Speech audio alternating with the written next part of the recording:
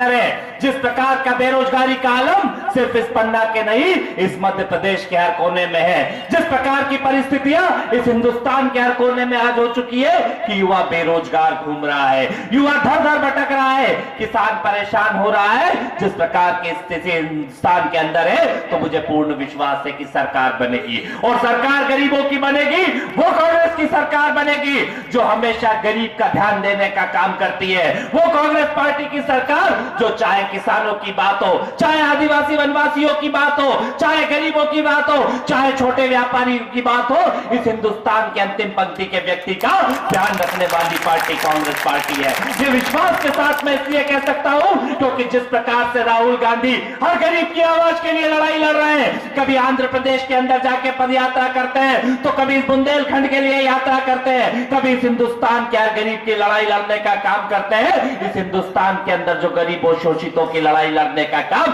हम सबके नेता राहुल गांधी ने किया है, तो मुझे विश्वास है कहीं ना कहीं वापस वो स्वर्णिम दौर आएगा जब दुकानों में दुकानदारों के भरपूर दुकानें चलेगी, जब किसानों की वापस झोलियां भराएगी, जब गरीबों को आदिवासियों को पट्टे दिए जाएंगे, जब बेरोजगार युवाओं को रोजगार दिया जाएगा, तो उसके लिए लड़ाई लड़ने की जरूरत है। साथियों, मैं बात करने आया हूं यहाँ पे जिस प्रकार की स्थिति इस हिंदुस्तान के अंदर है, जिस प्रकार से मध्य प्रदेश के अंदर है, यहाँ पे बेरोजगार युवाओं की बात हुई तो ये बेरोजगारी का आलम सिर्फ इस पन्ना जिले में नहीं है, इस पूरे मध्य प्रदेश के अंदर बेरोजगारों का प्रदेश हो चुका है। और इसे बेरोजगारों का प्रदेश नहीं, मैं कहता हूं ये रिटायर्ड लोगों का प्रदेश हो चुका है। अगर अच्छी शिक्षा लेनी है तो बाहर जाके पढ़ाई करो, अगर अच्छा रोजगार चाहिए तो बाहर जाके रोजगार करो। कहीं ना कहीं इस मध्य प्रदेश के युवा नौजवानों के साथ जो घपला घोटाला इस भारतीय जनता पार्टी की सरकार ने किया है, यहां पे भी रोजगार भरपूर होता,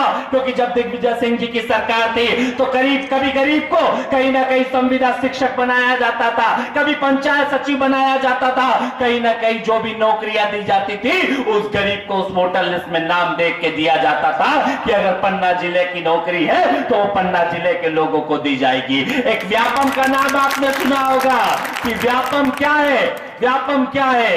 व्यापम आप लोग कहते होंगे कि व्यापम एक घोटाला है। व्यापम कोई घोटाला नहीं है भैया, मैं सरे दम यहां पे कहता हूं, व्यापम कोई घोटाला नहीं, व्यापम योग्यताओं का बेरहम कत्ल और पढ़ने वालों का सामूहिक नरसंहार है। व्यापम उस शरिया वाला पाक कान की तरह है, जिस प्रकार से अंग्रेजों ने, जनरल डायर ने जिस प्रकार से इस मध्य प्रदेश के और इस हिंदुस्तान के आजादी के दीवानों को गोलियों से भुनने का काम किया था, उसी प्रकार से शिवराज सिंह की सरकार ने इस मध्य प्रदेश के युवाओं के भविष्य को गोलियों से भुनने का काम किया है। व्यापम उस तरह का आतंकवादी हमला है कि जैसे आतंकवादी लोग गोलियां मार रहे हैं, हमारी शिवराज सिंह की सरकार ने मध्य प्रदेश के भविष्य को गोलियों से कुचलने का काम कर दिया है। व्यापम, उस व्यापम घोटाले को उठाने की बात जब श्रीकांत भैया ने पूछी तो मैंने बताया कि उस व्यापम को ऐसे ही नहीं उठाया। एक दिन में प्रदेश कांग्रेस में बैठा हुआ था, कहीं ना कहीं एक अर्थी निकल रही थी, मैंने पूछा इतना गमगीन माहौल क्यों है?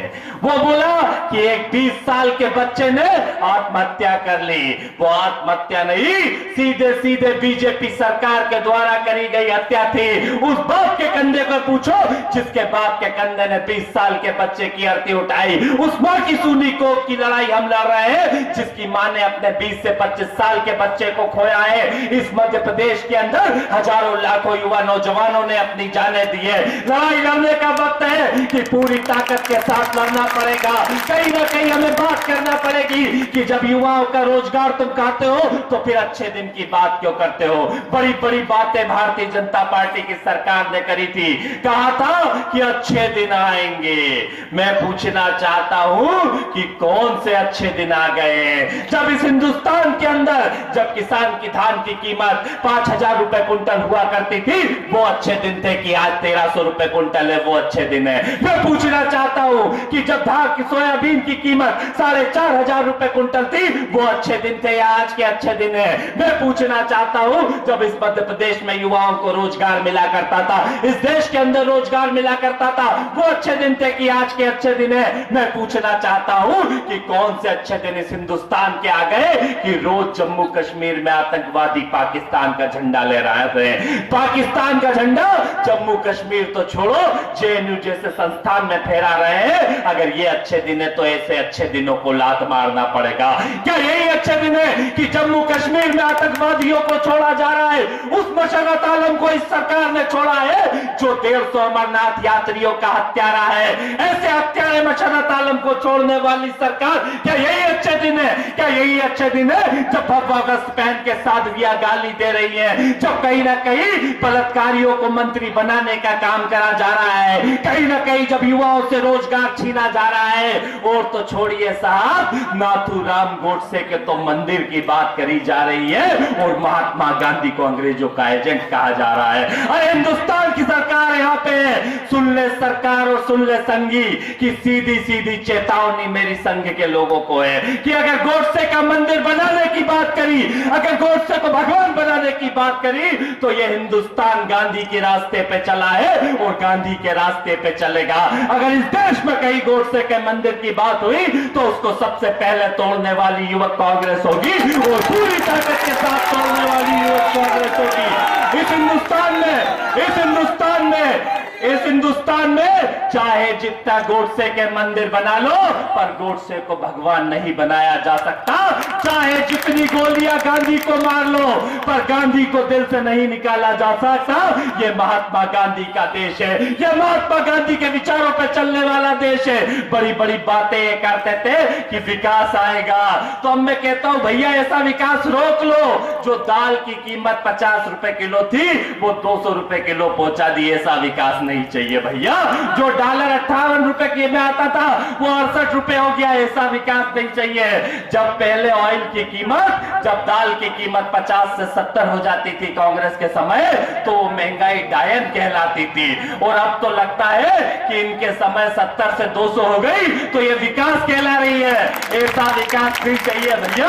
मैं पूछना चाहता हूं, या व्यापारी खड़े हैं, जब 50 रुपए किलो दाल थी तो आपको कितना रुपए मुनाफा होता था? 5 रुपए होता था। और अब 200 रुपए किलो हो गई, तब भी कितना होता है? तब भी 5 ही रुपए होता है ना। पहले 50 पे 5 कमाते थे तो परेशान थे, और अब 200 रुपए पे 5 कमाते हो तो अब तुम बहुत खुश हो, तुम्हारे बहुत अच्छे दिन आ गए। मैं पूछना चाहता हूं कि किस प्रकार की बातें आपने करी है, किस प्रकार से इस मध्य प्रदेश और इस हिंदुस्तान की स्थिति है। बड़ी बड़ी बातें चल रही है कि बड़े बड़े लोग अब राष्ट्रवादिता का सर्टिफिकेट बांधने चले हैं। मैं पूछना चाहता हूं, अगर गांधी नेहरू परिवार, तो गर्व है हम लोगों को कि हम उस गांधी नेहरू परिवार के लोग हैं। ये कांग्रेस पार्टी उस गांधी नेहरू परिवार की है जिसने इस हिंदुस्तान की आजादी से लेकर तीसरी आर्थिक शक्ति तक बनाने का काम किया। ये कांग्रेस पार्टी उस महात्मा गांधी की विचारधारा पे चलती है जिसने इस देश में अंग्रेजों को खदेड़ने का काम किया। अब ये जो काले अंग्रेज इस देश पे राज करने आए हैं, इन्हें फिर कांग्रेस पार्टी गलत देगी और पूरी ताकत के साथ खदेड़ने का काम आप और हम लोग करेंगे। क्योंकि कहना चाहूंगा कि ये खामोश मिजाजी तुम्हें जीने नहीं देगी। इन गुंडों के दौर में जीना है तो कोहराम मचा दो यारो, कोहराम मचा दो यारो। पूरी ताकत के साथ लड़ने की आदत डाल लो, पूरी ताकत के साथ। क्योंकि जिस प्रकार से छद्म राष्ट्रवाद की बात ये लोग करते हैं, ये संघी लोग छद्म राष्ट्रवाद की बात करते हैं, जो झंडे की बात करते हैं, जिनको झंडा फहराने में 52 साल लग गए। अरे देश 47 में आजाद हो गया और अपने कार्यालय में 2002 में जाके झंडा फहराने वाले लोग इस देश में झंडे की बात करते हैं। अगर हमारा सीना चीरोगे तो इस देश में यहां से झंडा निकलेगा। अरे राहुल गांधी की बात करते हैं, ये वो परिवार गांधी परिवार है जिसने इस देश की आजादी के लिए, ये पंडित जवाहरलाल नेहरू का परिवार है जिसने अपनी जवानी के 10 साल जेल के अंदर काटे, पर किसी व्यापक घोटाले में नहीं। इस देश को आजाद कराने के लिए, इस हिंदुस्तान को आजाद कराने के लिए हमें गर्व है कि हम पंडित जवाहरलाल नेहरू के लोग हैं जिन्होंने इस आजाद हिंदुस्तान कराने के लिए इस हिंदुस्तान के लोगों को लिए अपनी जवानी के 10 साल जेल में काटे।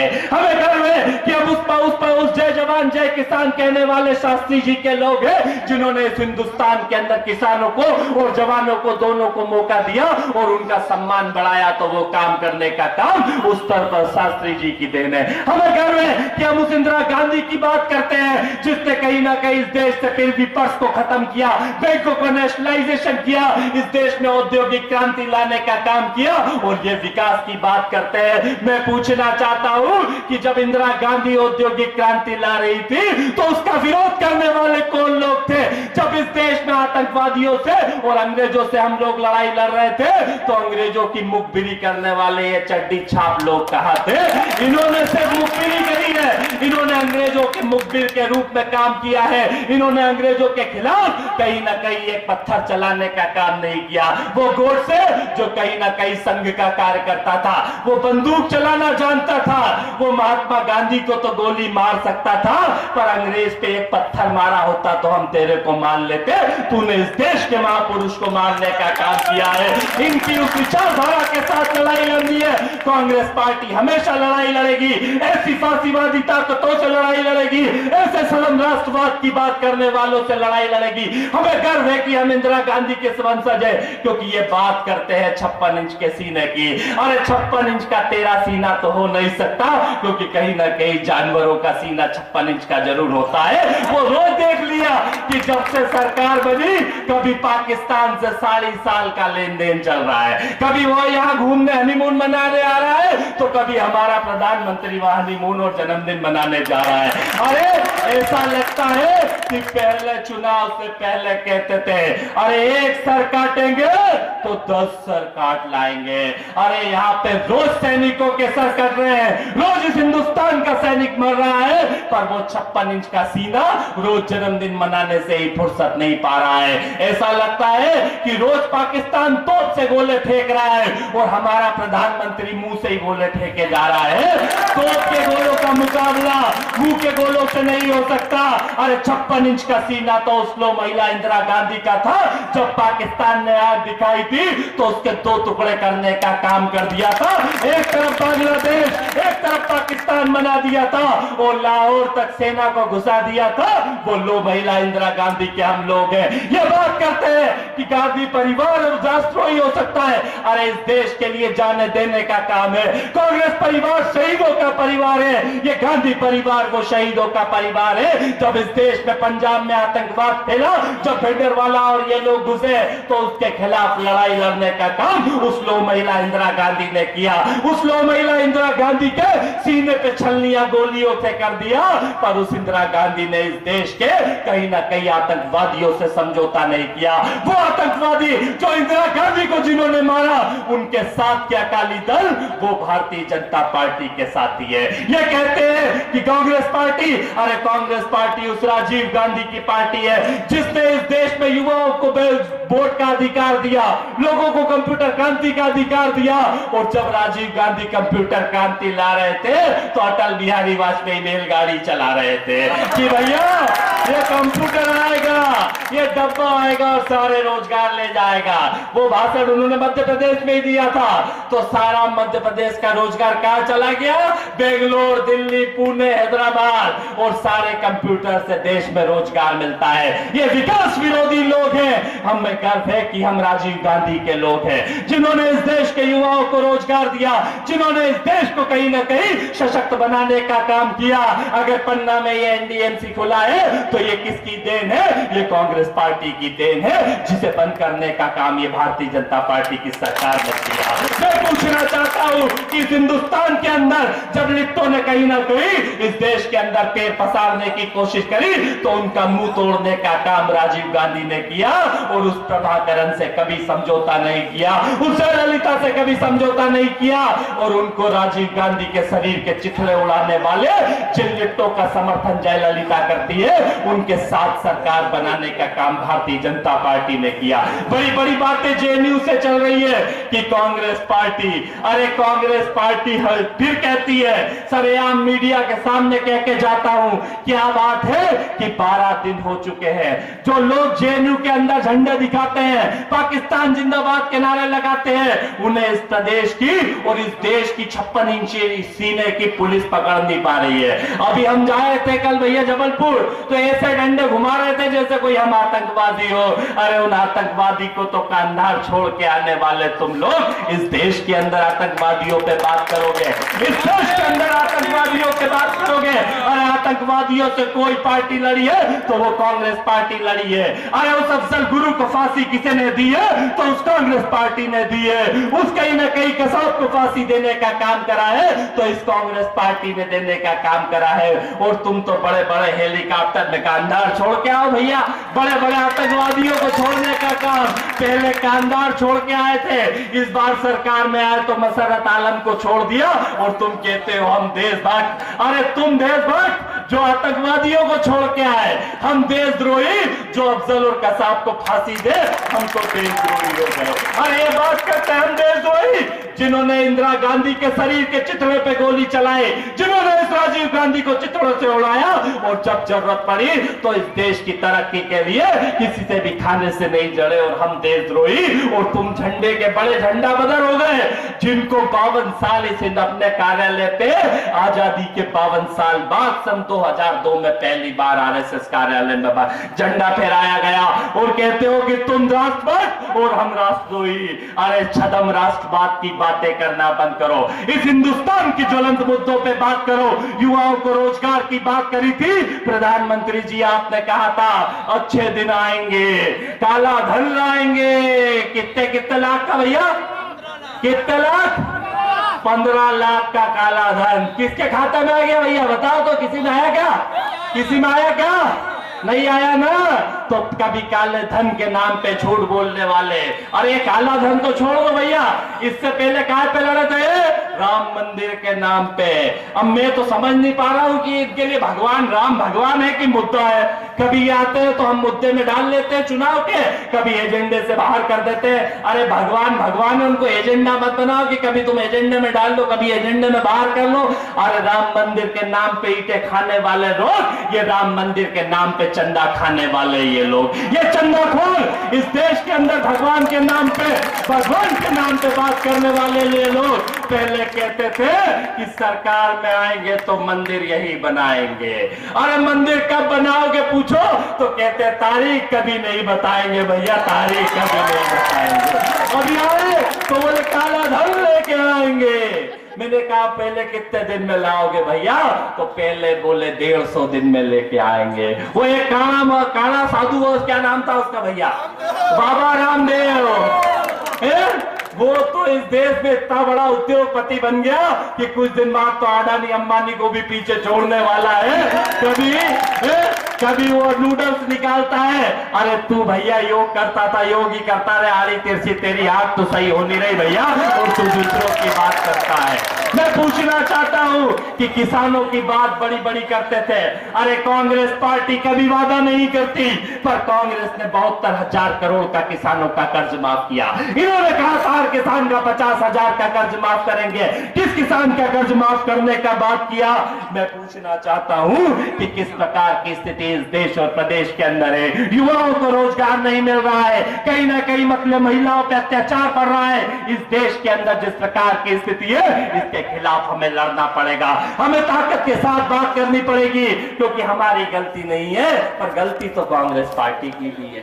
मैंने राहुल जी से बोला था कि भैया ये 15 लाख की घोषणा करना है, तुम कह दो 25 लाख दे देंगे भैया। अरे हम बात नहीं करते वो, क्योंकि इतने बड़े झूठेले इस देश के अंदर है। कभी मंदिर के नाम पे झूठ बोलने वाले, कभी काले धन के नाम पे झूठ बोलने वाले, कभी इस देश में युवाओं को ठगने वाले, कभी इस देश के अंदर किसानों को मारने वाले। मैं कहता हूं कि एक शास्त्रों में भी लिखा है कि जैसा राजा रहेगा वैसा प्रजा को भुगतना पड़ेगा। है कि नहीं है भैया?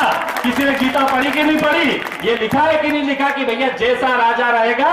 तो याद करो जब 77 में सरकार आई थी, सारे गन्ने की फसलें तुम्हें खेतों में जलानी पड़ी थी। पूछ के याद कर लेना कि 77 का वो दौर याद कर लेना। याद करो जब उमा भारती पहली बार सरकार में आई थी तो कितनी लड़ाई तुम्हारे सोयाबीन के अंदर पड़ी थी, और कहीं ना कहीं सोयाबीन का मुआवजा मांग मांग के हम थक गए थे। वो बाबूलाल गौर बना था तो इतने ओले पड़े थे कि फिर फसल खराब। और जब से ये झूठा और बहरूपिया शिवराज बना है, तब से तो हर बार मुआवजा ही मांग रहे हैं भैया। क्या और इस बार तो उस झूठे के साथ एक देश में भी झूठा बन गया, तो दोनों ही फसलें खराब हो गई क्या? तो जैसा राजा है वैसा भुगतना इस प्रजा को पड़ रहा है। एक बड़ी अच्छी कहानी भी याद आ गई भैया कि इस हिंदुस्तान के अंदर वो मामा आता है कि मैं कहता हूं कि मैं मामा हूं, मामा मामा मामा मामा। आता है कि नहीं आता? शिवराज आता है कि नहीं? बड़ी बड़ी मामाओं की बात तो फिर मेरे को भी मामा की कहानी याद आ जाती है कि इस हिंदुस्तान में 3 प्रसिद्ध मामा हुए हैं। सबसे प्रसिद्ध मामा कौन हुआ है? कंस मामा। दूसरा प्रसिद्ध कौन हुआ है? और इन दोनों के मरने के बाद इनकी काबिलियत लेके पैदा कौन सा मामा हुआ है? तो मैं ऐसे ही नहीं कह रहा हूं कि ये कंस और शकुनी का वंशज है। कंस ने क्या किया था भैया? क्या किया था कंस ने? अपने बहन और जीजा को जेल में डाला था। तो ये बताओ कि जब तुम्हारे बच्चों को ये भांजे कहता तो आप जीजा बहन ही लगे कि नहीं लगे? लगे ना?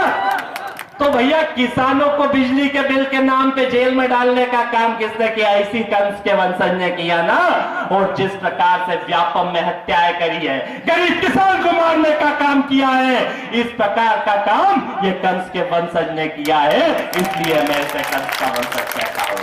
मैं कहता हूं ये शकुनी का वंशज है। जिस प्रकार शकुनी भाई से भाई को लड़ाने का काम करता था, उसी प्रकार देखो भैयर में जाओ तो ये पटेल को ठाकुर से लड़ाने का काम करता है, ब्राह्मण को ठाकुर से लड़ाने का काम करता है, हिंदू को मुसलमान से लड़ाने का काम करता है, इस गंगी जमनी तहजीब को खत्म करने का काम करता है। इनके खिलाफ लड़ना पड़ेगा क्योंकि कंस और शकुनी के वंशजों से लड़ने का काम पूरी ताकत के साथ लड़ना पड़ेगा। यहां पे जितने अधिकारी कर्मचारी हैं ये भी सीधी सीधी मेरी बात सुन ले।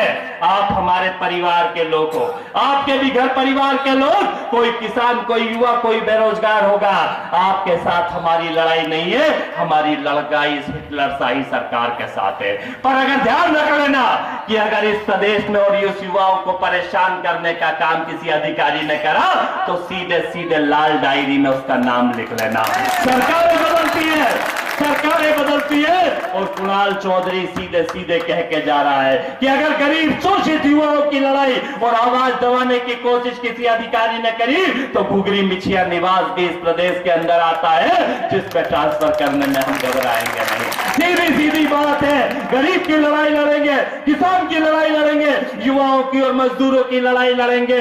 और सीधा सीधा मेरा आप लोगों से भी कहना है कि अब आदत डाल लो, लड़ने की आदत डाल लो, पूरी ताकत के साथ अपने अधिकारों के लिए लड़ने की आदत डाल लो। हर व्यक्ति हाथ बात के साथ पूरी ताकत के साथ लड़ाई लड़ो। मैं कहता हूं पहले हाथ जोड़ के जाओ अधिकारियों के पास कि भैया हमारा काम कर देना। हाथ जोड़ने से काम नहीं बने तो हाथ पकड़ के काम कराने की कोशिश करो, और अगर हाथ पकड़ के भी काम नहीं करे तो इनका डंडा छीनो और फिर चलाते तो तुम्हें भी आता होगा। सीधी सीधी बात है कि मारो मार खाओ जेल जाओ, इसके साथ लड़ाई लड़ो और पूरी ताकत के साथ गरीबों की, शोषितों की लड़ाई लड़ो। क्योंकि ये दमनकारी सरकार है, ये दमनकारी नीतियों पे चलती है, इस प्रदेश के युवा नौजवानों को मारने का काम करती है, इस देश और प्रदेश के किसानों को मारने का काम करती है। ये अच्छे दिन की बात करते थे पर आज की तारीख में अच्छे दिन काफूर हो चुके हैं। इस प्रदेश से युवा बेरोजगार हो चुका है, इस प्रदेश से कहीं ना कहीं जिस प्रकार की स्थिति हो चुकी है, आज लड़ना है। मेरा साथ कौन कौन देगा पूरी ताकत के साथ, ये बताओ। हाथ उठा के देखो, भगवान जुगल किशोर जी देख रहे हैं, झूठे हाथ मत उठाना।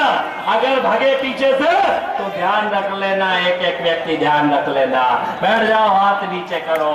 मैं कहना चाहता हूं कि हाथों में खंजर ही नहीं, हाथों में खंजर ही नहीं, आंखों में पानी भी चाहिए। ए खुदा, ए परवरदिगार, दुश्मन भी हमें खानदानी चाहिए, दुश्मन भी हमें खानदानी चाहिए, दुश्मन भी हमें खानदानी चाहिए। तुम रखो ये खाकी चड्डियां, ये अच्छे दिन के सपने, हम लोग हैं पुराने, हमें पगड़ी वही पुरानी चाहिए, हमें कांग्रेस वही पुरानी चाहिए।